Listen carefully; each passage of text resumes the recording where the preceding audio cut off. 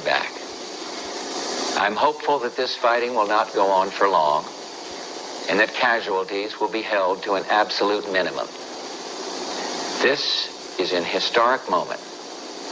We have in this past year made great progress in ending the long era of conflict and Cold War. We have before us the opportunity to forge for ourselves and for future generations a new world order, a world where the rule of law, not the law of the jungle, governs the conduct of nations. And we will be. We have a real chance at this new world order, an order in which a credible United Nations can use its peacekeeping role to fulfill the promise and vision of the UN's founders. We have no argument with the people of Iraq.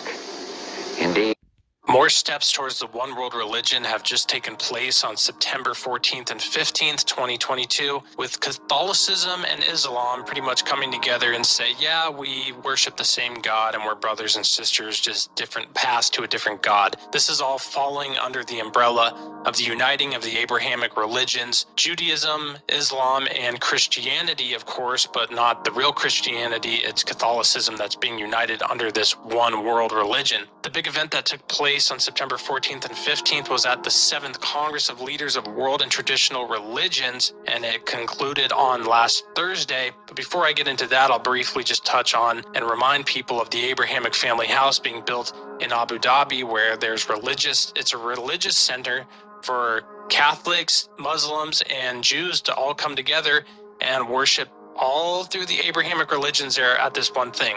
The reason this is important is because 2 Thessalonians 2:4 tells us that the Antichrist will demand the worship of himself and his image from everybody. And anyone who doesn't worship him, these people will die, actually. They will become martyrs, because the only people who won't worship him will be true believers in Jesus Christ, which is not mentioned by Pope Francis at any of these big meetings. Religion's leaders today adopted the Human Fraternity document signed by His Eminence, the Grand Imam of Al-Azhar and chairman of the Muslim Council of Elders, Dr. Ahmed Al-Tayyib. We note that pluralism in terms of differences in skin color, gender, race, language, and culture are expressions of the wisdom of God in creation.